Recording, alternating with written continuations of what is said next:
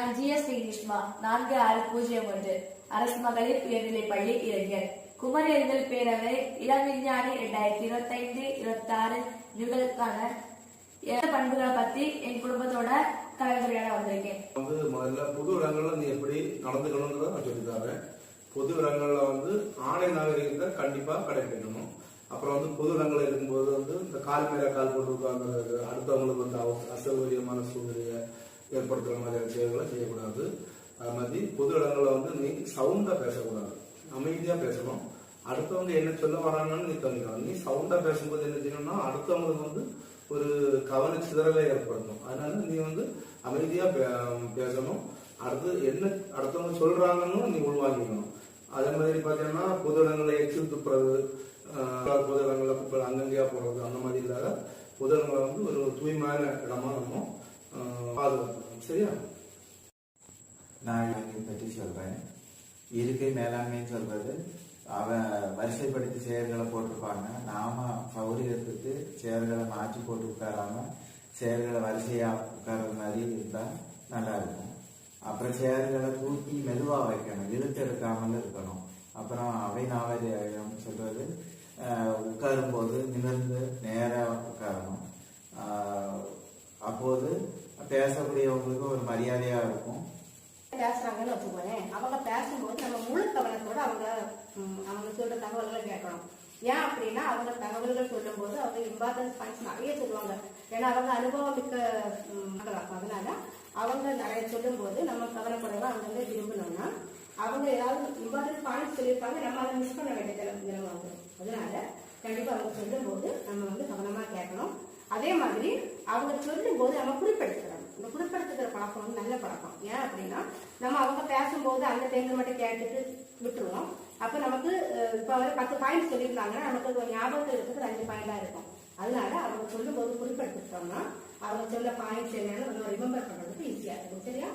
அதே மாதிரி time discipline அப்படின்னா இப்ப என்னன்னா நம்ம ஒரு மீட்டிங் ஹாலோ இல்லைன்னா ஒரு ஆடிட்டோரியமோ போயிட்டு இருக்கும்போது அங்க லஞ்ச் ஏற்பாடு பண்ணியிருக்காங்க. நம்ம லஞ்சுக்காக அந்த வரிசையா போயிட்டு இருக்கும்போது எல்லாருக்கும் பசிங்கிறது பொதுவானதுதான். நம்ம அதுக்கு தெரிஞ்சு முந்தி எடுத்துட்டு போகக்கூடாது. நம்ம அதே மாதிரி நமக்கு முன்னாடி யார் நிற்கிறாங்களோ அந்த வரிசைப்படி நம்ம போகணும். போனா நமக்கு அந்த வரிசையை ஃபாலோ பண்ற நமக்கு அந்த பழக்கமும் நமக்கு வரும். அதே மாதிரி அதை நாகரிகமான செய்யலாம். சரியா? நமக்கு அதை பிடிச்சிருக்குன்னு சொல்லிட்டு வேலை செய்யற ஓடி உட்காருது அந்த மாதிரி இல்லாம பொதுவான இடத்துல நம்ம போகும்போது அந்த அதை நாகரிகம் கண்டிப்பா கடைபிடிக்கணும். சாப்பாடு ஒழுங்கா வாங்குறது, ஒழுங்கா போய் உட்கார்ந்து சாப்பிடுறது. சரி, ஒரு டேபிள்ல எங்க இடம் இருக்கணும், நமக்கு பிடிச்ச இடத்துல ஓடி உட்காராம கரெக்டா ஒரு இடத்துல பொதுவான இடத்துல நமக்கு நாகரிகம் பண்ணி நம்ம மெதுவா மாமா சொன்ன மாதிரி ஊரை நட போட்டு மெதுவா போய் அதுல உட்கார்ந்து ஒரு இது கூட சிந்தாம அழகா சாப்பிடணும். சரியா? அதே நீங்க எனக்கு உணவு வீணாக்காம இருக்கிறத பத்தி கொஞ்சம் சொல்லுங்க. தேவையான அளவு மட்டும் சாப்பிடுறது தர்மம், மிச்சம் வைக்காம சாப்பிட அறிவு. ஃபங்க்ஷன் வீட்டுல போனோம்னா நம்ம அந்த நிறைய கூட்டு வச்சிருப்பாங்க, அதை நம்ம வேஸ்ட் பண்ணக்கூடாது. ஏன்னா அந்த வெஜிடபிள்ஸ்ல நிறைய விட்டமின் இருக்கும். நமக்கு அந்த விட்டமின் வெஜிடபிள்ஸை வேஸ்ட் பண்ணும்போது நமக்கு கிடைக்காது. அடுத்தது நிறைய சாப்பாடை வேஸ்ட் பண்ணும்போது அந்த வேஸ்ட் பண்ணக்கூடிய சாப்பாடும் நிறைய மக்களுக்கு அந்த பசியாற்றக்கூடியது. அப்புறமா வரும்போது பேசக்கூடாது, உணவை ரசித்து சாப்பிடணும். பேர் முருகன். நான் லட்சுமிபுரம் கலை மற்றும் அறிவியல் கல்லூரியில் 22 வருஷமாட்டு கல்லூரி பேராசிரியராட்டு வேலை பார்த்துட்டு இருக்கிறேன். நான் ஒரு பிஹெச்டி பட்டதாரியின் உயிர் வேதியியல் துறையில் ஹெட் ஆஃப் த டிபார்ட்மெண்ட்டாக வேலை செய்துட்டு இருக்கிறேன். இப்போ அப்படி வேலை செய்து இருக்கும்போது 2019 லாக்டவுன் வரும்போது வீட்டிலேயே நம்ம முடங்கி இருக்கக்கூடிய ஒரு சுச்சுவேஷன் வரும்போது இப்போ இந்த நிலங்கள் எல்லாம் பார்த்தோம்னா நான் தான் கிருஷி விவசாயம் பண்ணிட்டு இருக்கிறேன்.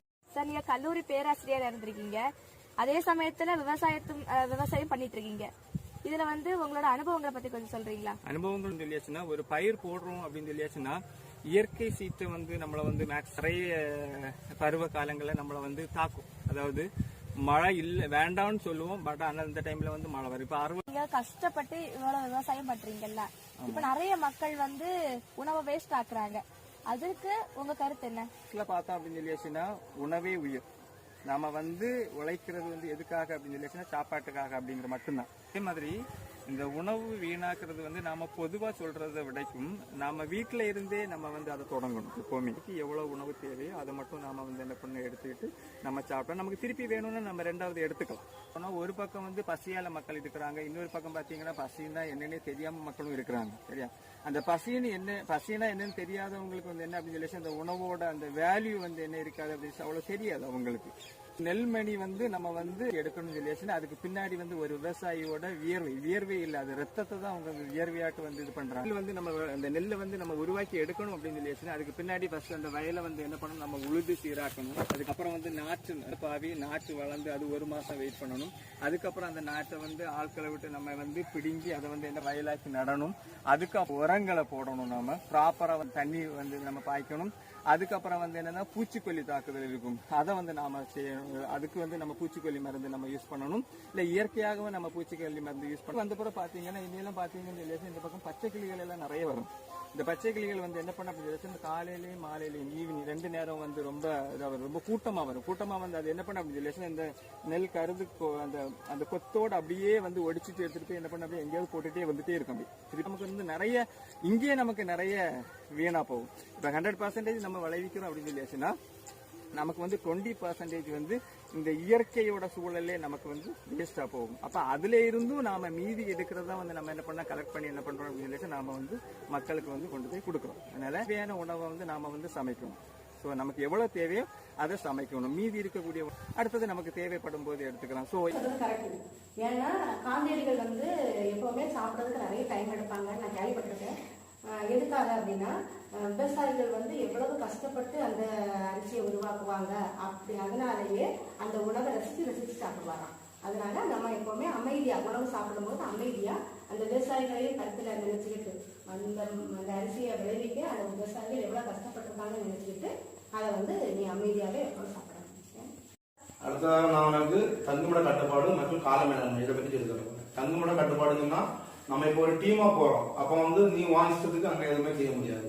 அதாவது ஒரு குறிப்பிட்ட டைம் கொடுப்பாங்க, அதுக்குள்ள குளிக்கணும், ட்ரெஸ் மாற்றணும், சாப்பிடணும், அந்த டீம் கூட சேர்ந்து நீ இயங்கணும். அப்பதான் உன்னால எல்லாருக்கும் ஒரு கோஆபரேட் பண்ண முடியும். அதனால நீ வந்து தங்குமிட கட்டுப்பாடுகளை வந்து கண்டிப்பா நீ கடைபிடிக்கணும்.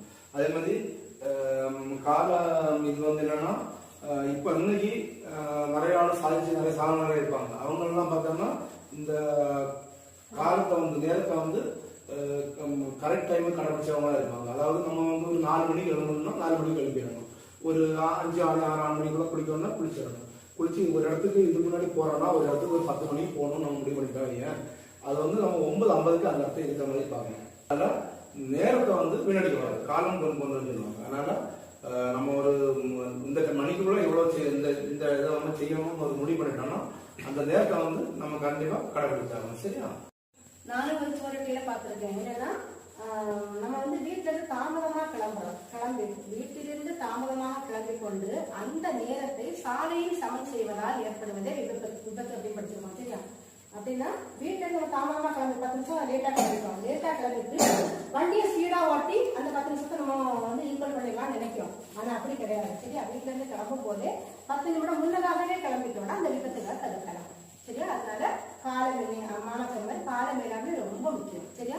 எங்க போனாலும் அந்த பஞ்சுவாலிட்டி கரெக்டா பார்க்கணும். நீ உனக்கு குமரி அறிவியல் தேர்வை முள்ளஞ்செறிவும் வேலையை தவிர்த்து அந்த பஞ்சுவாலிட்டி கரெக்டா ஃபாலோ பண்ணுவாங்க, எனக்கே தெரியும். இப்படிதானே அவங்க மட்டும் இல்லாம அவங்க டீம் கோஆர்டினேட்டர்ஸ், அந்த ரிசர்ச் கைட்ஸ் எல்லாருமே மேலாண்மை வந்து கரெக்டா ஃபாலோ பண்ணுவாங்க. அது எதுக்குன்னா அவங்க உங்களுக்கு முன்னோடியா இருக்காங்க. அதனால கண்டிப்பா அவங்க இருந்து முடிச்சு நீ இந்த குமரி அறிவியல் தேர்வை இளம் விஞ்ஞானி ஆகி வெளியே வரும்போது பஞ்சுவாலிட்டி ஃபாலோ பண்ற அளவா வெளியே வரல. இருந்தாலும் இதே மாதிரி மற்றவங்க சொல்றதும் கேட்கணும். இரவு நேரங்களில் தங்கும் பொழுது தனி அறையில போய் தங்காம குரூப்பா எல்லாரும் சேர்ந்து படுக்கிற மாதிரி இருந்தா மற்றவங்களுக்கு அது ஒரு பிரச்சனையா இருக்காது, ஒரு பதட்டத்தையும் உண்டு பண்ணாது. சாலைகளில் போகும்போது நம்ம வந்து இடது மற்றும் வலது புறத்துல பார்த்து போகணும். திருப்பி இடதுபுறம் பார்த்து தான் நம்ம வந்து ரோட்ல கிராஸ் பண்ணணும். ரோடு சிக்னல்களை வந்து நீங்க வந்து ரோட்ல signal red, yellow, green signal வச்சிருப்பாங்க. அந்த அப்புறம் இந்த ரோடை கடக்கிறாங்கன்னா அந்த ரோடை கடக்கிறதுக்காகவே ஒரு வே இருக்கும். அந்த இடத்துல இருந்தால் ரோட கிராஸ் பண்ணிடுவோம். சரியா? மனித பண்புகளை விளக்கமா சொல்லியிருந்த அத்தை, மாமா, அப்பா, அம்மாவுக்கு நன்றி. இந்த வாய்ப்பு தந்த குமரி அறிவியல் பேரவைக்கு நன்றி.